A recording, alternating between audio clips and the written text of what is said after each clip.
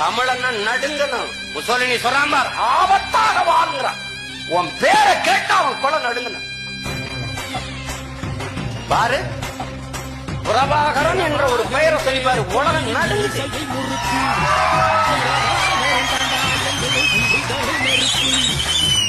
எவனை கண்டு உன் இன எதிரி அஞ்சுகிறானோ, கொலை நடுங்குகிறானோ, அவனே உன் இனத்தின் தலைவன் என்று சென்னிமார் சொல்றார்.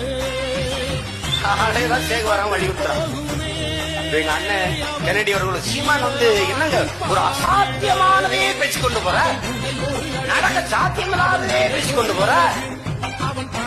அசாத்தியமான ஒன்றை சாத்தியப்படுத்துவதற்கு பெயர்தான் புரட்சி. அதை சாத்தியப்படுத்துவதற்கு பெயர் தான் புரட்சியாளர். இதுதான் புரட்சியாளர் செய்வாரா என்ன முழக்கத்தை முன்வைக்கிறான்?